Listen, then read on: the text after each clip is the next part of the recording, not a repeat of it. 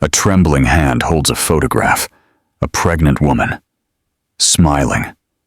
Glowing. The timestamp reads, June 3rd, 2023. 20 weeks. But the man staring at this photo married her 3 months ago. March 18th. They've never been intimate. Not once. He lifts binoculars, watching her across the Monaco plaza. She touches her belly, laughing into her phone. Radiant. Happy. His phone buzzes. A message from his fixer in Dubai. The baby's father threatened to expose her the night before he disappeared. He picks up a second photograph. A young man's face. Handsome. Smiling. Portuguese. Rafael Santos. Last seen, April 28th. The math is brutal. Marriage in March. Pregnancy started in January. She lied about everything.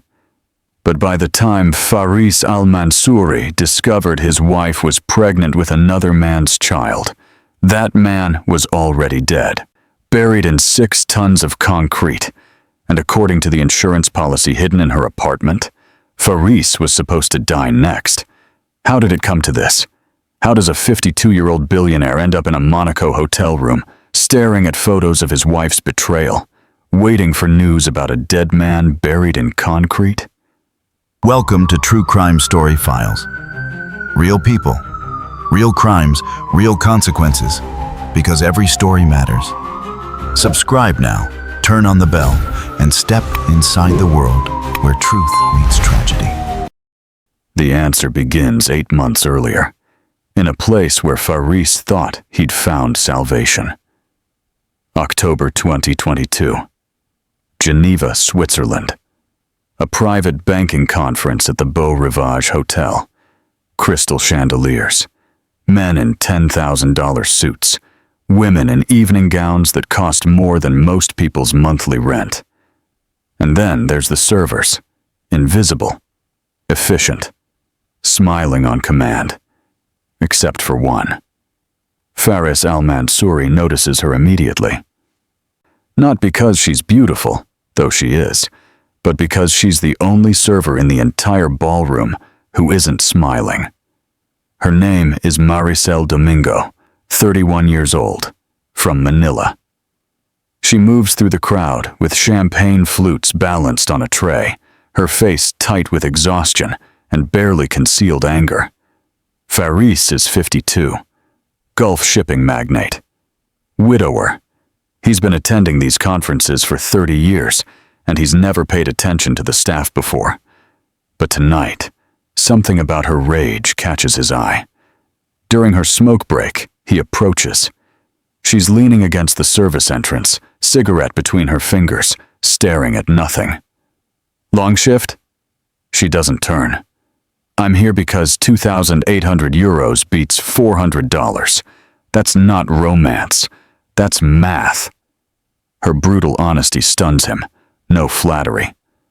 No performance. Just the raw truth of survival. He'd been alone for 6 years since his wife Latifa died during routine surgery in London. Medical malpractice. They paid $12 million. He'd burn a thumb on every cent to have her back. Latifa's wedding ring hangs on a chain around his neck, hidden beneath his shirt. He touches it now, feeling its weight. Over the next 3 months, Faris keeps returning to Geneva. Coffee during Maricel's breaks. She tells him about her life, her father's insulin costs, her brother's university tuition, her mother's small market stall in Manila. She never asks him for money, never hints. She's different. He tells her about Latifa, about loneliness, about eating dinner in silence. Maricel listens. Actually listens. For the first time in 6 years, someone asks how he feels. Not about business, about him. February 2023. Nice, France. Sunset over the Mediterranean. Faris pulls out a ring. Not Latifa's, that stays on the chain, but a new one. Starting over. Maricel cries when he proposes. You're the first person who's seen me as more than a work permit. He believes her.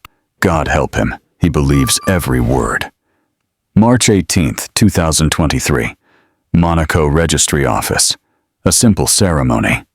Maricel wears Zara. Faris wears linen. No guests. He hasn't told his sons yet. After, she touches his arm. I need a few months to prepare for Dubai. Wrap up my life here. Is that okay? Take all the time you need. He kisses her forehead. Latifa's ring swings between them, a ghost bearing witness. June 15th, 2023. Hotel Metropole Monte Carlo. Faris sits alone, surrounded by surveillance photographs, replaying their video calls, seeing what he missed. The oversized sweaters she started wearing in April, the camera angles that never showed below her shoulders, the panic when he mentioned visiting in June. Not yet.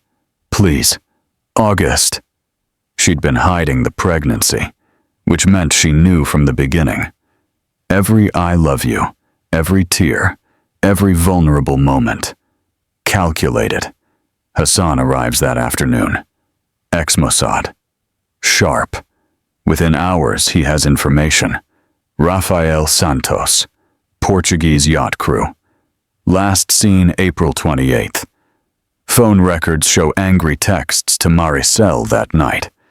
Threats to expose her. Then nothing. Hassan shows financial records. Maricel's been wiring $15,000 monthly to Lebanon.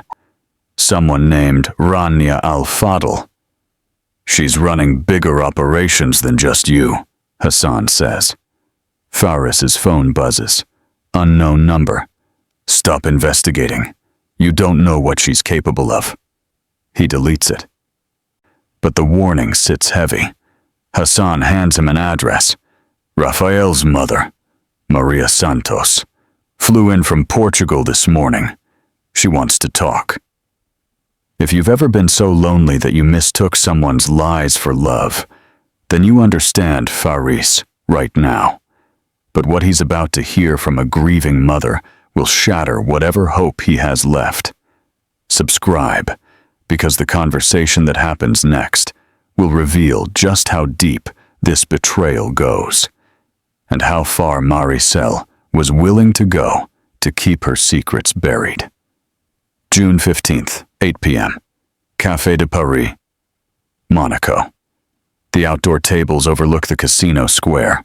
Tourists in designer clothes sip champagne. Luxury cars idle at the curb. Everything here costs more than most people earn in a month.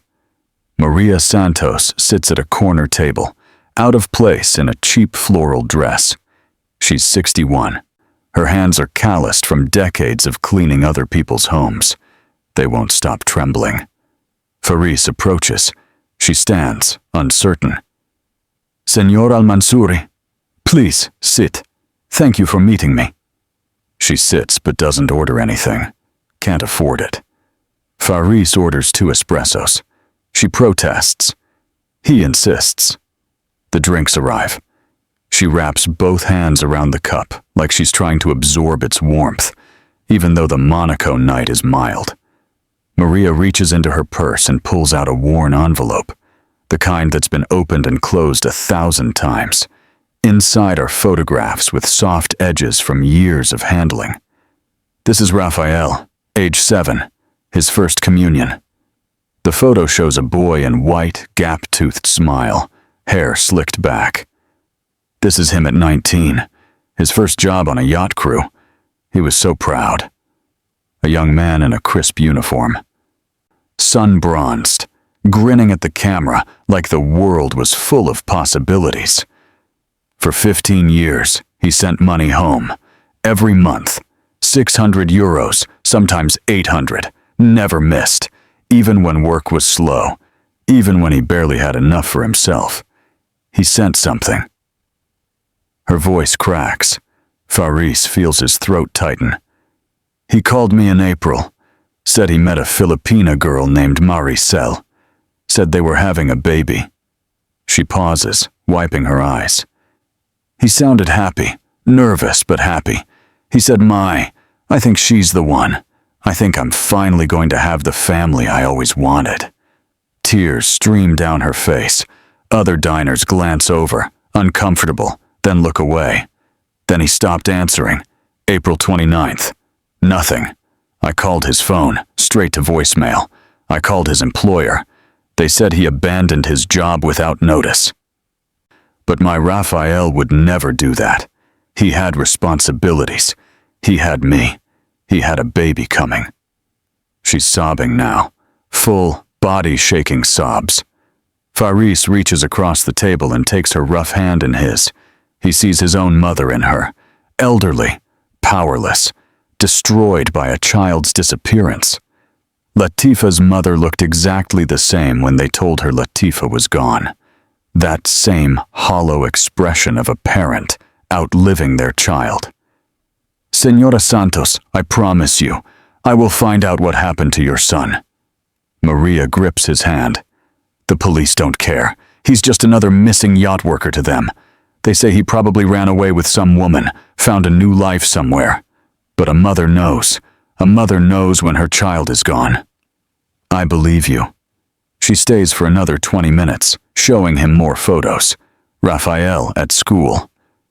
Raphael with his first motorcycle. Raphael sending postcards from every port he visited. A life documented in fading images. When she finally leaves, Faris sits alone with the photographs spread across the table.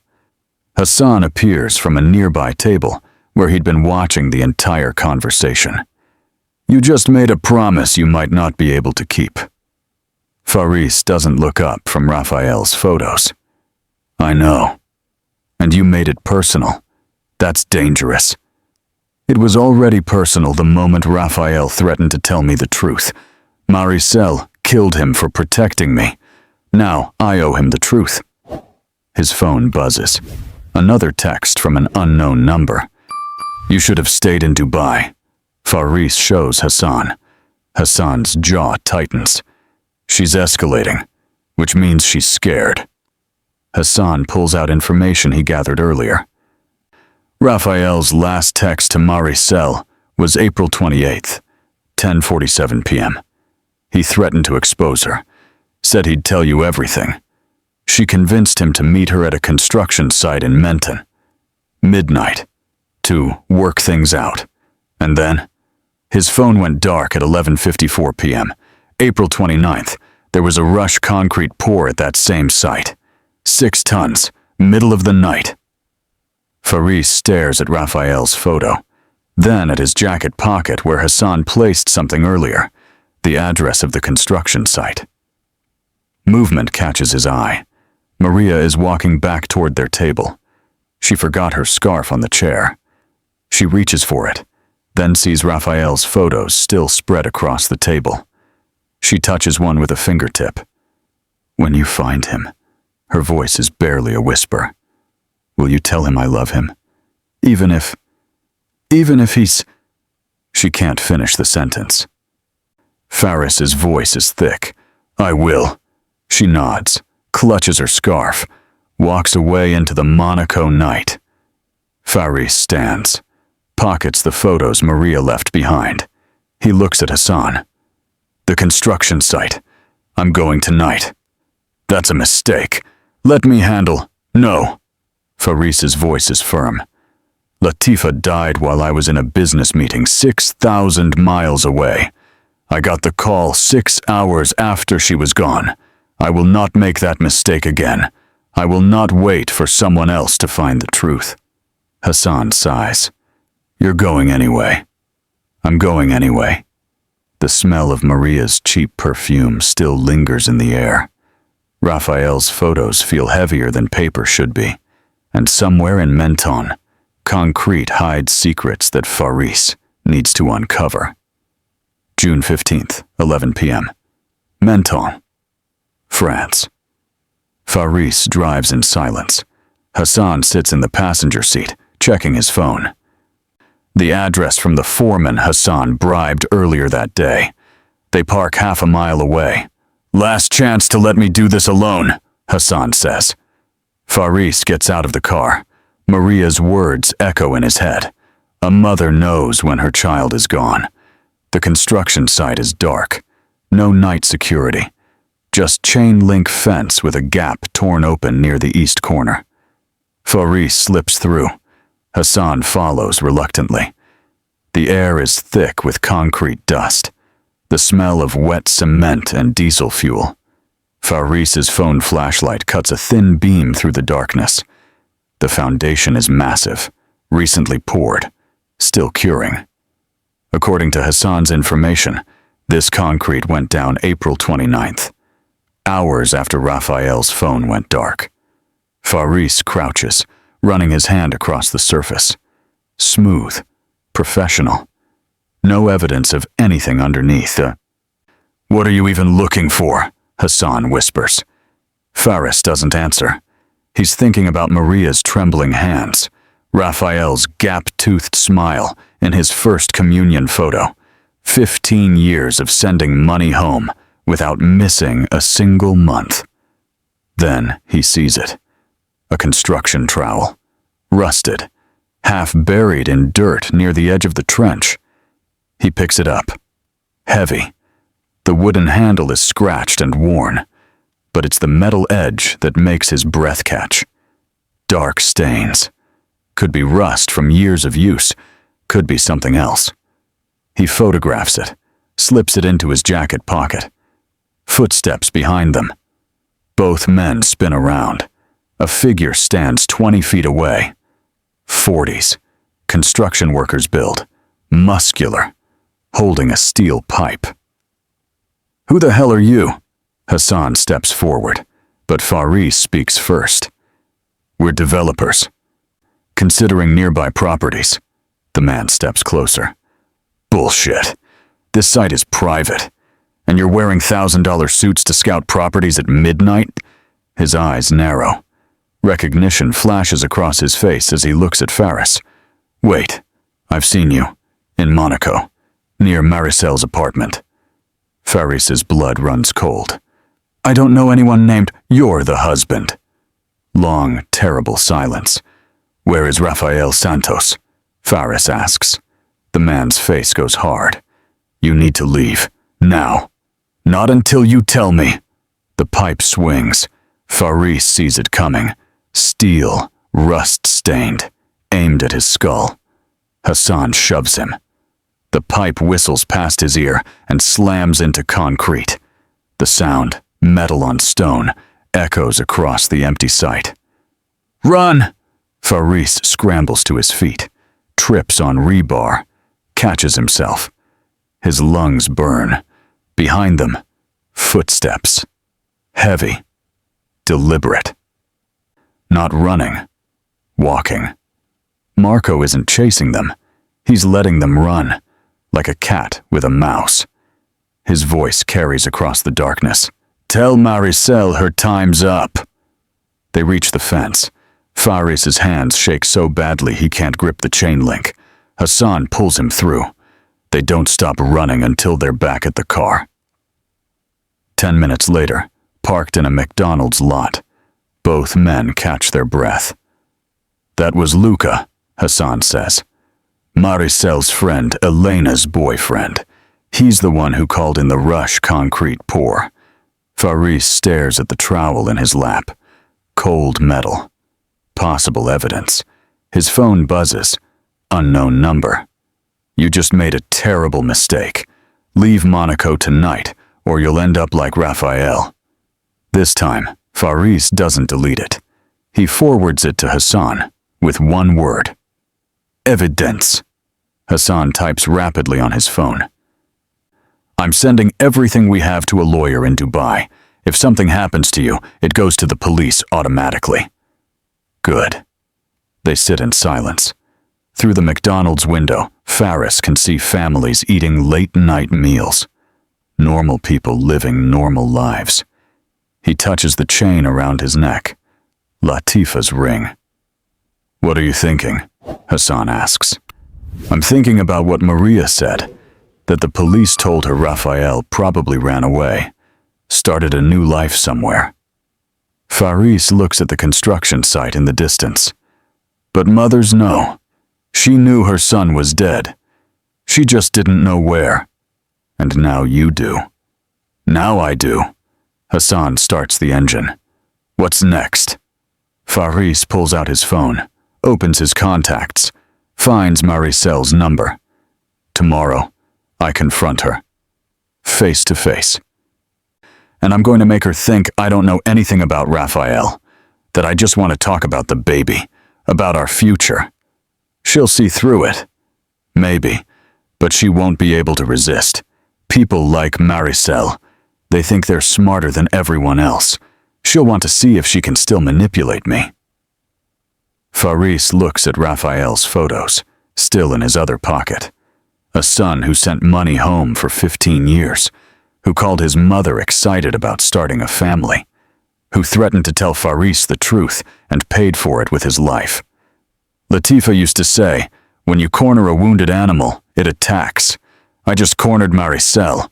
Now let's see what she does. The trowel sits heavy in his jacket. The threatening text glows on his phone. And somewhere in Monaco, Maricel is getting a call from Luca, learning that her carefully constructed lies are falling apart.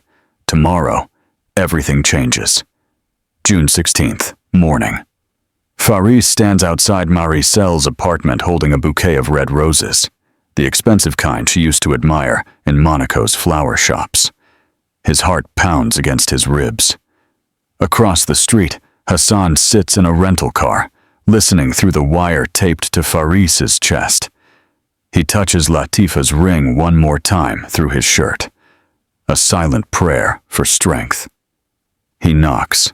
The door opens. Maricel stands there, 5 months pregnant, wearing a yellow sundress. For a moment, shock crosses her face. Then she forces a smile. Faris, you didn't call. I'm not ready for... Surprise, Habibti. I couldn't wait until August. He hands her the roses. She takes them, her fingers trembling slightly. And I wanted to meet our child, he says, gesturing to her belly. The silence that follows is excruciating. Her face loses color. Her hand moves protectively to her stomach. Faris, we need to talk. Yes, we do. Inside her apartment, everything is small, sparse. The smell of jasmine air freshener hangs heavy in the air, cheap and cloying. Faris notices an ultrasound photo on the refrigerator. Baby items stacked in the corner. A life being prepared. But not for him. Maricel sits on the couch. Faris remains standing. When were you going to tell me? Tears form in her eyes. I was scared. I didn't know how. Scared of what? That I'd leave you? Yes. Because the baby isn't mine. She breaks. Sobs rack her body. She nods. It's not yours. I'm so sorry. It was a mistake. A man I knew before we met. Raphael Santos. Faris sits now, forcing himself to stay calm. Eerily calm. Where is he now? Gone. He disappeared in April. I tried to tell him about the baby, but he said horrible things, accused me of trapping him. Then he just vanished. I think he went back to Portugal. The lie comes smooth and practiced, but Faris catches it. The slight hesitation when she says, vanished. The way her eyes dart to the left. Did you love him? I thought I did. But then I met you, and everything changed. You have to believe me, Faris. What we have is real. Those words hit him like a punch. He remembers Latifa, 10 years into their arranged marriage, squeezing his hand in their garden. I never thought I'd fall in love with you, but I did. The same words, opposite truth. I believe you. He lies. Hope floods Maricel's face. You do? I'll raise the child as mine. I'll give you everything you need, but I need to understand first. I need closure. Anything, I'll do anything. Faris leans forward. I want to visit Raphael's mother in Lisbon together. We'll tell her that Raphael abandoned you and the baby. Give her some peace. Maricel's entire body goes rigid. Panic flickers across her face. That's cruel, Faris. Why bring her into this? Because a mother deserves the truth. I met with her last night. Maricel stands abruptly. You what? Faris stands too, matching her energy. Maria Santos. She showed me photos of Raphael as a boy. She told me he called her in April, excited about becoming a father. Then he disappeared. She's been calling Monaco police every day for 2 months. You had no right to. I have every right. You're carrying a child you told me was a mistake with a man you claim abandoned you.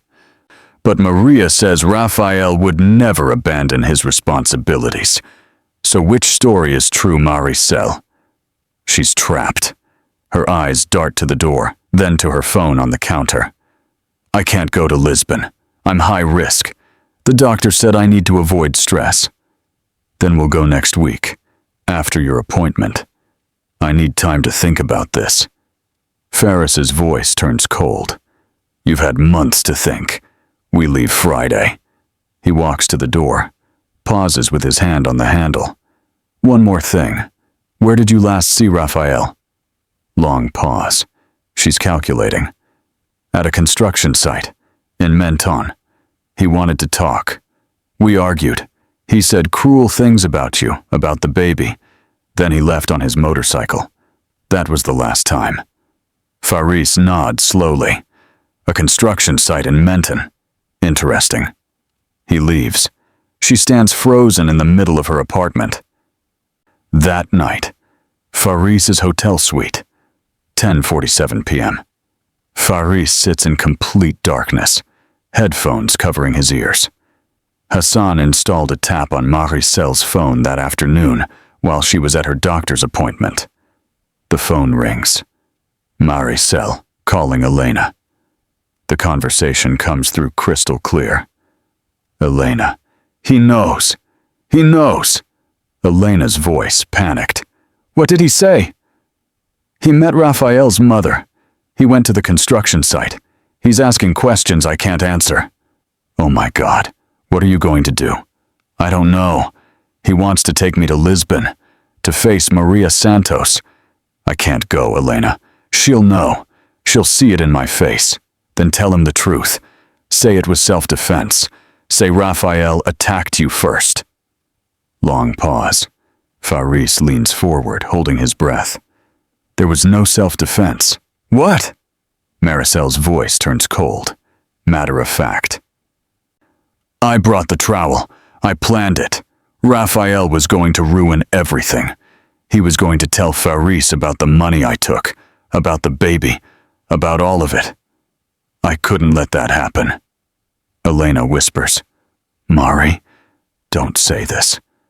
Not on the phone. It doesn't matter. Faris trusts me. He's lonely and desperate, and he wants to believe I love him. Men like him are easy. Faris's hand grips the armrest. His knuckles turn white. Latifa's ring digs into his palm. What if he doesn't stop investigating? Another pause. This one longer. More terrible. The insurance is already in place. 500,000 euros if he has an accident in the next few weeks. A boat trip. A storm. These things happen in Monaco all the time. You can't be serious. I'm very serious. My family will never be poor again, Elena. Not for anyone. Not even for him. The call ends. Faris removes the headphones. His hands shake. He plays the recording back to make sure it captured everything. Records it on a second device. Sends it to Hassan encrypted. She was going to kill me, he whispers to the empty room. He heard every warning sign and called it love. Why does Maricel need time in Monaco? Why won't she come to Dubai? Why is she always vague about her family? He touches the ring on his chain. I'm sorry, Latifa. I dishonored your memory by being this blind. He calls Hassan. Get the police, tomorrow morning. But I need one more thing from her first. What? A confession. On tape. In person. From Maria. For Raphael. That's insane. She's already planning to kill you. Then I'll die getting the truth. He hangs up. The hotel room coffee has gone cold. The wire is still taped to his chest, sticky and uncomfortable. But he doesn't remove it. Not yet. Tomorrow, everything ends. If you've made it this far, you're feeling what Ferris feels. Helpless rage. Subscribe, because what comes next will shatter you. This is where everything breaks. June 17th. Morning. Maricel leaves for her prenatal appointment at 9:30 a.m. Hassan confirms it through surveillance. She'll be gone for at least 90 minutes. Hassan picks the lock on her apartment door in 14 seconds. They slip inside. The jasmine air freshener that once smelled pleasant now turns Faris's stomach. The apartment is silent except for the hum of the refrigerator. Sunlight filters through cheap curtains, casting shadows across the sparse furniture. "What are we looking for?" Hassan asks. "Proof. Documents. Anything that shows she planned this from the beginning." They split up. Hassan takes the bedroom. Faris searches the living room. 15 minutes pass. Nothing useful. Bank statements are clean. Her laptop is password protected. Ultrasound photos are pinned to the refrigerator. Heartbreaking evidence of a baby who didn't choose any of this. Faris stops at one of the ultrasound images, touches it with his fingertip. This child will grow up knowing her mother is a murderer. She'll carry shame that isn't hers to bear. "Faris! In here!" He enters the bedroom. Hassan crouches in the closet, pulling up a loose floorboard. Faris watches, heart pounding. "Old trick. People always hide things in..." Hassan stops, pulls out something wrapped in plastic. "Faris, look at this." A leather journal. Small, well-worn. The kind you buy at a bookstore for 15 and fill with secrets. Faris's hands shake as he unwraps it. The leather smells like Maricel's jasmine perfume. He opens to the first page. Her handwriting. Neat. Controlled. He flips to the last entry. June 12th. 3 days before he arrived. He reads aloud, his voice breaking with each sentence. "Raphael is gone. Buried where no one will find him. Luca poured the concrete himself. 6 tons. Professional job. The foreman didn't ask questions. Money buys silence. The insurance is in place. 500,000 euros if Faris dies in an accident within 6 months of the policy start date. I've researched boat accidents in Monaco. They happen more often than people think. Storm season starts in September. A fall overboard. Tragic. The grieving widow returns to the Philippines with money, a baby, and a fresh start. By October, I'll be free. My family will never be poor again. Papa's insulin, Mama's market stall debt, my brother's tuition, everything paid. Forever. The baby is collateral damage, but she'll have a better life than I did. She'll never know hunger, never know the shame of selling herself in a uniform for 2,800 euros a month, never know what it's like to be invisible. Elena thinks I feel guilty. I don't. I feel free. His voice cracks. He forces himself to continue. Raphael was weak. He threatened to expose me over 8,000 euros. As if 8,000 euros matters to a man like Faris. Raphael was never going to be a father. He was a boy pretending to be a man. The baby deserves better. I deserve better. I'm not a monster. I'm just doing what men like Faris and Raphael have done for centuries, taking what I need to survive. They call it business. When women do it, they call it crime. Faris will arrive tomorrow. I'll cry. I'll apologize. I'll let him feel like the hero rescuing me. Men like him need to feel needed. It's pathetic, really. His wife died 6 years ago, and he still wears her ring around his neck like a dog collar. He's so lonely, he'd believe anything. 3 more months. Then it's over. Then I'm free. God forgive me, or don't. I stopped praying years ago. Faris finishes reading. His hands shake so violently the journal slips from his fingers. Hassan catches it before it hits the floor. We have enough, Hassan says quietly, but we need to leave. Now. Faris whispers. She called Latifa's ring a dog collar. Hassan grabs his shoulder. Faris, focus. We have 40 minutes before she's back. We need to photograph every page of this journal, then get out. They work quickly. Hassan uses his phone to photograph every page, front and back. Clear images, admissible evidence. Faris stands frozen, staring at the words on the page.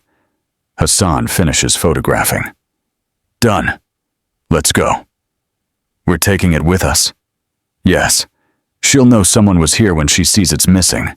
But by then, we'll already have the excavation scheduled. She won't have time to run. Hassan carefully replaces the floorboard to look undisturbed from a casual glance.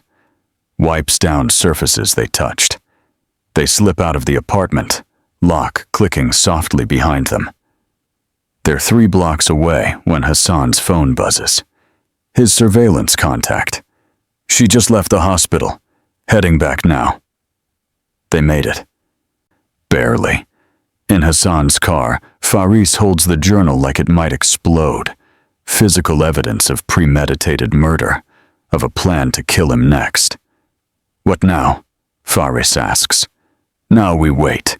The excavation happens tomorrow at dawn. Once we have Raphael's body, we have everything we need. The journal, the recorded phone call, the body. Then Beaumont arrests her. She'll know someone broke in. She'll check the floorboard. Good. Let her panic. Panicked people make mistakes.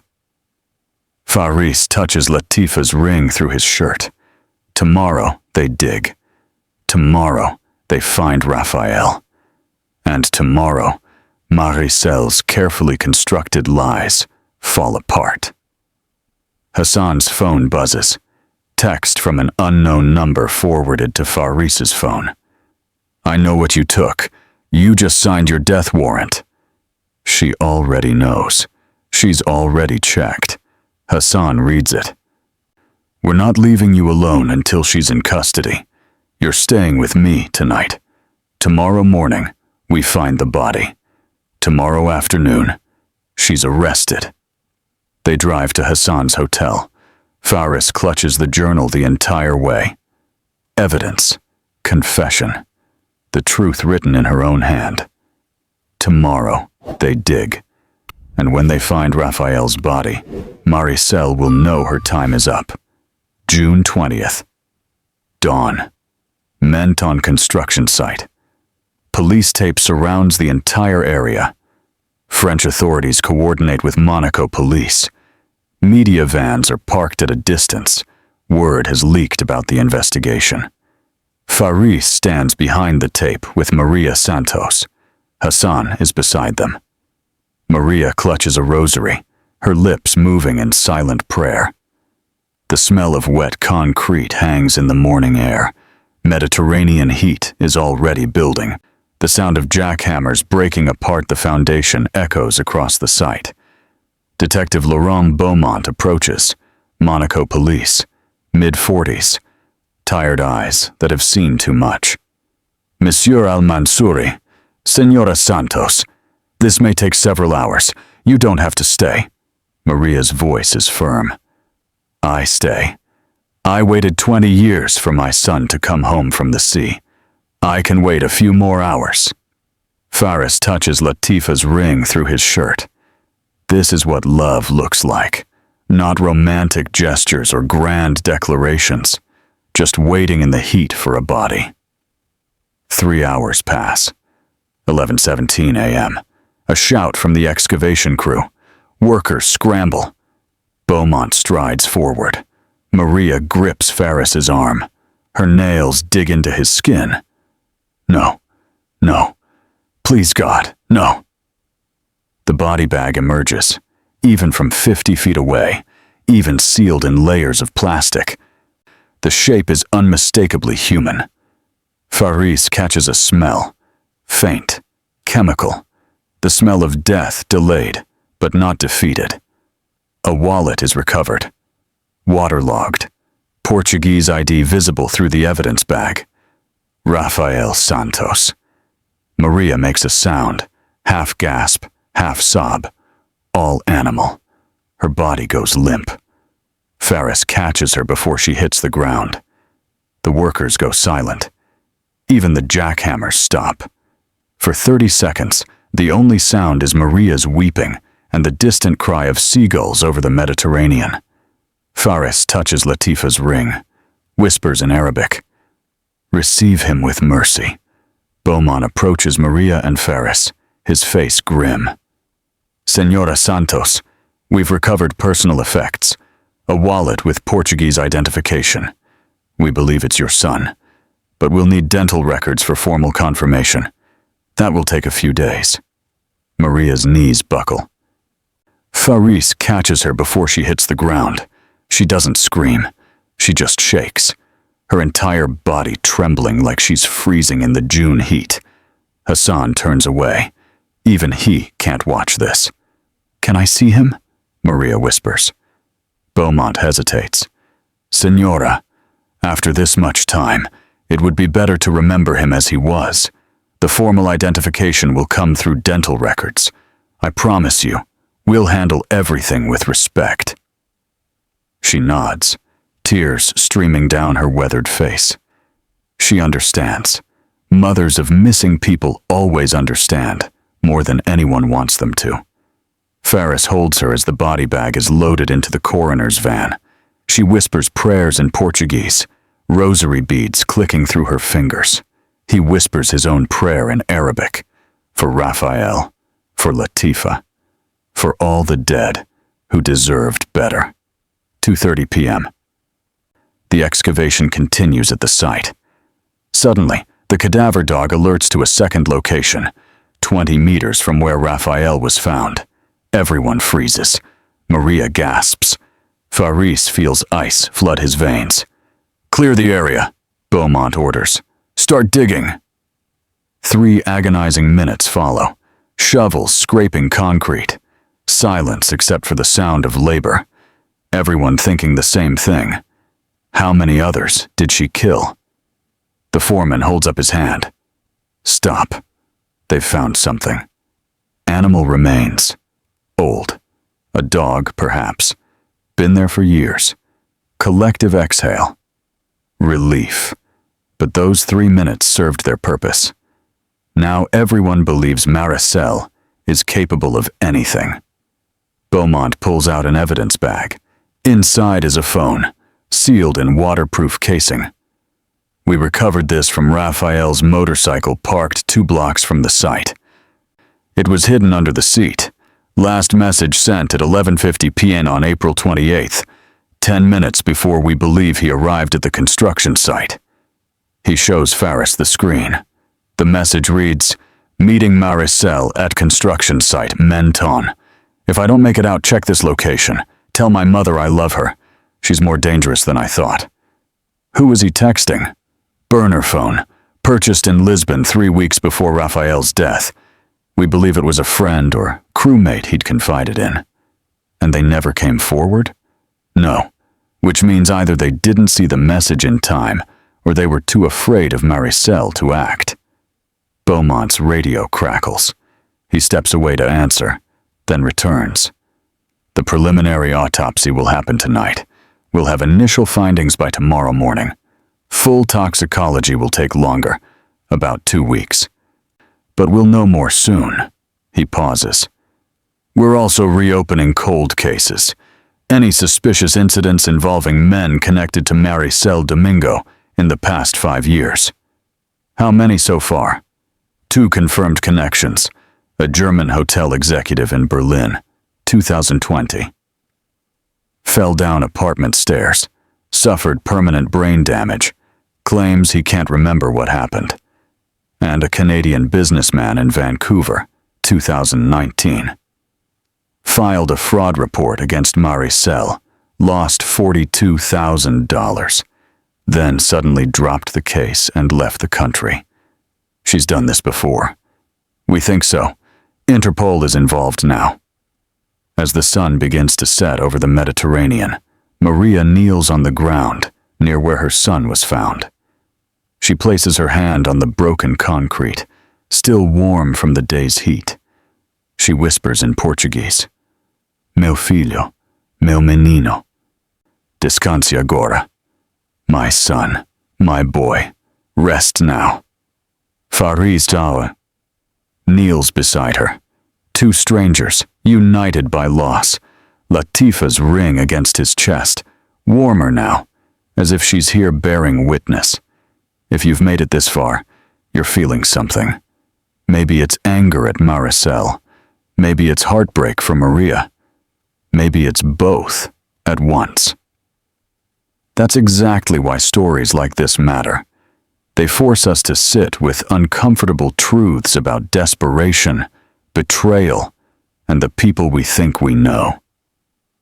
Subscribe if you want to see how this ends, because by this time tomorrow, Maricel will be in handcuffs, or Faris will be dead. There's no third option. June 21st, Princess Grace Hospital, Monaco.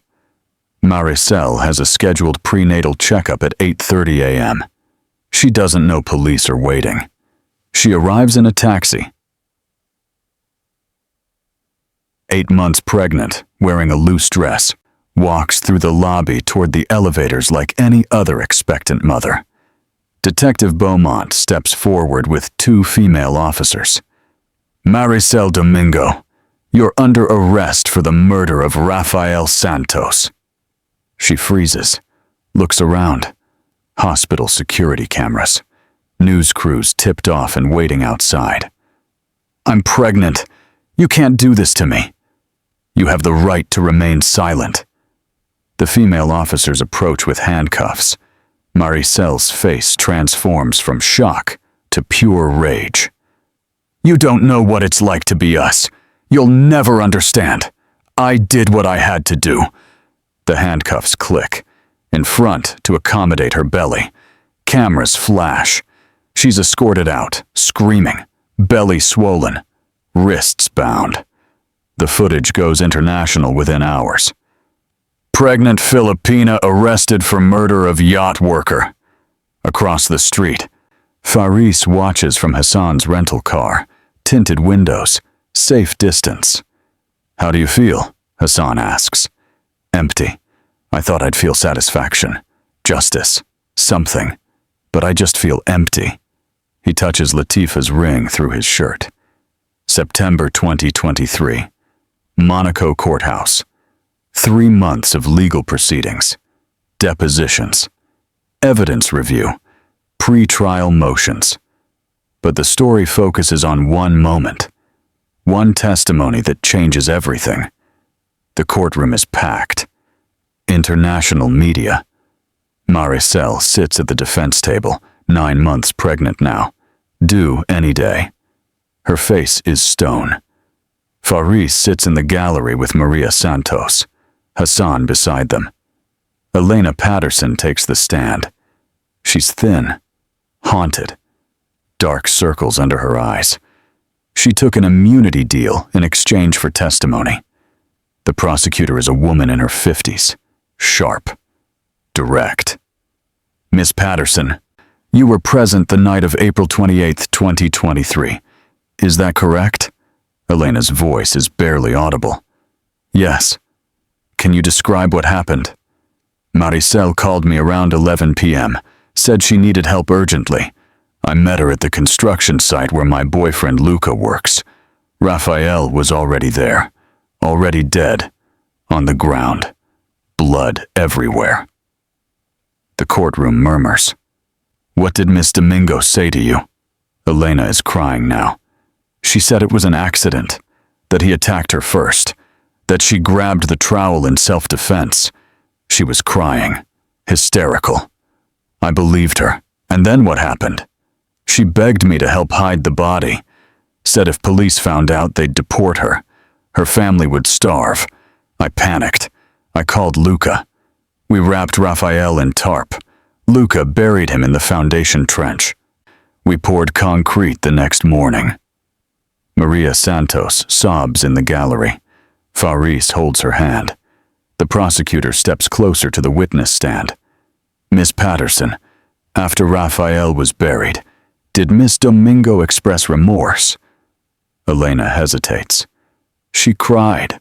For hours. I thought she felt guilty.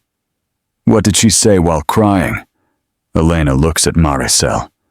Maricel stares back, expressionless. Elena whispers. She said, I can't believe I have to do this again. The courtroom erupts. Judge pounds the gavel. Faris goes rigid in his seat. Again? What did she mean by that? Miss Patterson. I don't know. I asked her to explain. She wouldn't. But she said it multiple times over the next few days. Like Raphael wasn't the first person she'd done this to. The defense attorney jumps up. Objection! Speculation! The judge shakes his head. Overruled! The witness is testifying to statements made by the defendant. Continue. Did Miss Domingo ever mention other men? Other relationships that ended badly? She mentioned a German man once. Stefan something. Said he had an accident, and she had to move on quickly. And a Canadian. Trevor. She said he learned not to ask too many questions. Maricel's jaw tightens, but she doesn't speak, doesn't react. In the courthouse hallway after Elena's testimony, Detective Beaumont approaches Ferris. We're investigating 2 other cases now. Stefan Bauer, Berlin, 2020. Fell down apartment stairs, traumatic brain injury, permanent disability. Claims he can't remember what happened. And Trevor Walsh, Vancouver, 2019. Lost $42,000 to Maricel. Filed a fraud report. Then dropped it and left Canada. We're trying to locate him now. Will you find them? Bauer we've contacted. He's terrified. Won't testify. Says he doesn't remember anything, but his medical records show injuries consistent with being pushed. Walsh has disappeared. No forwarding address. No contact with family since 2020. You think she killed him too? I think Maricel Domingo is very good at making problems disappear, and we may never know how many. Outside the courthouse, Faris's 2 sons wait by a black Mercedes. Khalil, 29. Rashid, 27. Designer suits. Cold eyes. Father, we need to talk. Faris keeps walking. They follow. This is embarrassing the family, Khalil says. The press is calling you the billionaire who married a killer. Our business partners are asking questions. Faris stops. Your concern is embarrassment? Our concern is protecting the Al-Mansouri name, Rashid says, and the estate. If her lawyers argue you made financial commitments, I'm testifying against a woman who planned to murder me, and you're worried about inheritance? Khalil shifts uncomfortably. We're being practical. Mother would have wanted. Don't you dare invoke your mother. Faris's voice cracks. When Latifa died, you called once. Then you went back to your lives. You never asked if I was lonely. You only called when you needed money. Silence. You're just like her, Faris says quietly. Maricel saw what you are. Transactional. You've never loved me. You've only ever needed what I could give you. He walks away. They don't follow. 1 week later. The verdict. Guilty. First-degree murder. 18 years. Maricel shows no emotion. Her hand rests on her belly. The baby is due in 3 weeks. As she's led away in handcuffs, she locks eyes with Faris one final time. No words, just a look that says, "You won." But you'll never know if any of it was real. December 2023. Prison hospital. Monaco. Maricel goes into labor at 2 a.m. No family present. No friends. Just corrections officers and medical staff who've seen this before. Another incarcerated woman giving birth alone. The labor lasts 4 hours. We don't need to witness it. What matters is what comes after. 6:15 a.m. A thin, tired cry fills the prison hospital. The first sound of a life that will carry the weight of her mother's sins. A nurse wraps the baby in a standard white blanket. Not pink, not blue, just institutional white, and carries her to Maricel's bedside. For 10 minutes, the state allows mother and child to be together, 10 minutes before a lifetime apart. Maricel stares at her daughter. Dark hair, still damp, olive skin, Raphael's nose, her own eyes. For the first time since her arrest, Maricel cries real tears. Not the calculated tears she used on Faris, not manipulation, just raw, devastating grief. She whispers to the baby, "I'm sorry. I'm so sorry. You deserved better than this." At minute 9, she kisses the baby's forehead. "Your name is Esperança. It means hope in Portuguese. Your father would have wanted that. I couldn't give you anything else, but I can give you a name that matters."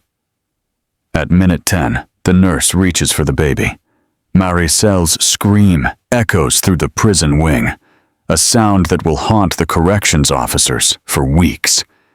The baby is taken to Monaco's child welfare services. Temporary foster care while the courts decide her fate. 1 week later, Social Services Office, Monaco. Faris sits across from a caseworker. Hassan is beside him. The caseworker shuffles papers. Senora Maria Santos has filed for custody. She's the paternal grandmother. She's 61, limited income from cleaning work, but determined. However, given her age and financial situation, the court is considering other options. What options? Long-term foster care, adoption through the state, or you could claim paternity. Given your marriage to the mother at the time of conception, there's legal precedent in Monaco family law. Long silence. The baby isn't mine. Legally, that's complicated. You were married to Maricel Domingo when the child was conceived. Under Monaco law, the baby is Rafael Santos's daughter. She belongs with his family. The caseworker leans forward. With all due respect, Monsieur Al-Mansouri, Senora Santos lives in a 1-bedroom apartment in Cascais, Portugal. She works as a cleaning lady making minimum wage. Can she provide the kind of life this child deserves? She can provide love. That's more than money ever gave my own children. 1 month later, Cascais, Portugal, Maria Santos's apartment. The custody has been approved. The trust has been established. Everything is legal, documented, final. The apartment is tiny, cracked tile floor, laundry hanging from a line on the small balcony, the smell of boiled potatoes and cheap soap. But it's clean, dignified, lived in. Maria opens the door, holding Esperança. 4 weeks old now, eyes wide, taking in the world. Senor Al-Mansouri, I didn't expect you today. May I come in? She steps aside. The apartment could fit inside Faris's villa entrance hall, but it feels like a home. Photos on walls, a crucifix above the doorway, worn furniture that's been loved for decades. Maria sits on the couch, cradling Esperança. Faris sits across from her in a chair that creaks under his weight. They tell me you could have claimed her, that you had the legal right. I have no rights here, only responsibilities. I don't understand. I promised you I'd find out what happened to your son. I kept that promise. Now I have another promise to keep. He pulls out an envelope, hands it to her. What is this? The final documents. The trust is active now. 200,000 euros for Esperanza's education, medical care, future. A lawyer in Lisbon will administer it. You'll receive a monthly stipend for her care, and the rest is held until she's 18. Maria stares at the documents. Her hands shake. I still can't believe you're doing this. Because Raphael deserved to see his daughter grow up. And since he can't, someone needs to make sure she has every opportunity he would have given her. Maria weeps. Faris continues. There's one condition. Tell her about her father, not about how he died, not about her mother. Just tell her that Raphael was good, that he worked hard, that he sent money home to you for 15 years without missing a month, that he would have loved her. Why would you do this, after everything that woman did to you? Because I learned something from my late wife Latifa. She taught me that love is showing up when it's hard, staying when it's easier to leave, choosing to care even when you don't have to. He looks at baby Esperanza. Maricel chose the opposite. She chose taking. She chose violence. But this baby didn't choose any of this, and I can choose to show up for her. Maria reaches across the space between them, takes his hand in her rough, calloused one. What was your wife's name? Latifa. I will tell Esperanza about two angels, her father Raphael, and a woman named Latifa who taught a good man what love really means. Faris realizes he's not wearing the ring. He looks down. It's in his palm. He'd taken it off for the first time in 6 years. May I hold her? Of course. Maria hands him the baby. He holds her carefully. It's been decades since he held an infant. His own sons were raised by nannies while he worked. Esperanza grips his finger. Squeezes. Her eyes, Raphael's eyes, stare up at him. And Faris cries. Deep, shaking sobs he's held back since Latifa's funeral 6 years ago. Maria cries with him. Two strangers, grieving their dead, holding a baby who represents both hope and tragedy. 6 months later, June 2024, Dubai. Faris's villa looks different now. 2 rescue Salukis sleep in patches of sunlight on the floor. Books are stacked on tables. Coffee cups sit forgotten on surfaces. A sweater draped over a chair. The house finally looks lived in, not like a museum. Photos line the mantel, Latifa in her garden, and new ones, Maria and Esperanza, sent monthly from Lisbon. The baby growing, changing, thriving. This is what a home looks like. Faris sits in his study on a video call with his therapist, Dr. Nadia Bishara. She's in her 50s, kind eyes, patient voice. How are you feeling about the trial outcome? Maricel got 18 years. She'll be 49 when she's released. Still young enough to. He stops. To do it again? He nods. I think about that sometimes. Whether she'll leave prison and find another lonely man. Another Raphael. Does that thought keep you up at night? Not as much as it used to. I've started sleeping again. The dogs help.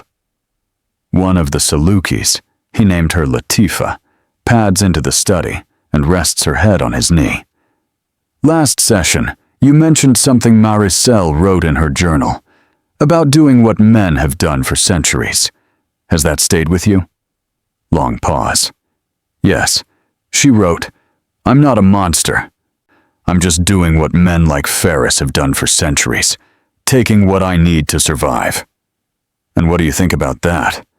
I think part of me wonders if she's right, not about the murder, but about how men like me move through the world, How many business deals have I done where I didn't care about the people on the other side? How many times did I see poverty and feel nothing? He looks out at Dubai's skyline, glittering, excessive, built on the backs of migrant workers just like Raphael. Latifa used to challenge me on that. She'd say, "You're not cruel, but you're indifferent. And sometimes that's worse." I didn't understand then. I do now. What's changed? I met Maria Santos. I saw what 600 euros a month meant to her. It was her son's love made tangible. I saw what Raphael's death cost her. Not money. Everything. His voice thickens. Maricel was wrong about me being like the men she described, but she wasn't wrong about those men existing, and I've done business with them. I've benefited from them. That's what I'm trying to change. The foundation you started. The Santos Mansouri Foundation. Legal aid for migrant workers in the Gulf states and Europe. It's small, but it's something Latifa would have wanted, something Raphael deserved. His laptop chimes. Email notification. He glances at it out of habit. Google alert. Maricel Domingo. Plus international crime. He hesitates. What is it? Just an alert. I should ignore it. But you won't. He clicks. The article loads. Headline: Wealthy Dubai real estate investor marries Filipino healthcare worker. After 4-month romance, friends express concern. A photo. A woman in her late 20s. Different name. Sophia Cruz. Different city. Abu Dhabi. But the smile is eerily similar to Maricel's. Same calculated warmth. Same vulnerable eyes. The article continues. Friends of investor Tariq Al-Zarani, 56, say they're worried about the whirlwind romance. She's lovely, said one source, but Tariq just lost his wife last year. He's vulnerable, and she's asking a lot of questions about his finances. Faris stares at the photo. Is it her? A sister? Coincidence? He'll never know. Faris, what's wrong? He closes the laptop. Nothing. Just a reminder that the world keeps turning. But his hand moves to his pocket, feels for Latifa's ring. It's there. Always there. Dr. Bashara, I need to end our session early. There's something I need to do. After the call ends, he picks up his phone. Calls Detective Beaumont in Monaco. Monsieur Al-Mansouri, to what do I owe the pleasure? There's something you should look into. A woman in Abu Dhabi, Sophia Cruz. She might be connected to Maricel. Connected how? I don't know yet. But a man named Tariq Al-Zarani just married her. 4 months after meeting her. His wife died last year. He's vulnerable. Pause. I'll make some calls. But Faris, you can't save everyone.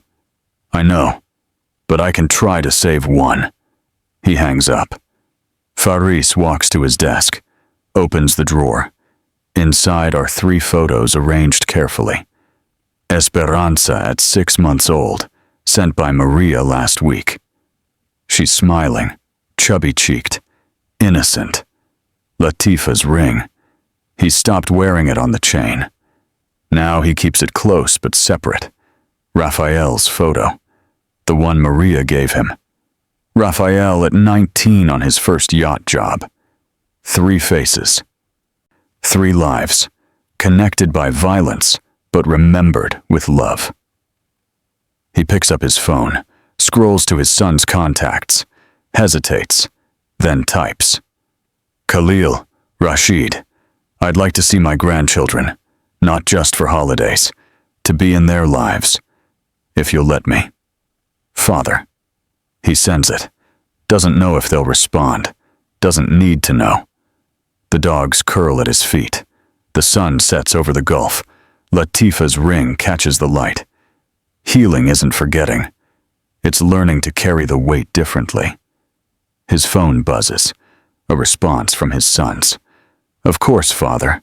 The children would love to see you. Faris stares at the message, wonders if they mean it, wonders if he'll ever trust anyone again. Latifa's ring catches the sunset. The dog named after her sleeps at his feet. And somewhere in Abu Dhabi, a woman named Sophia Cruz smiles at a lonely man.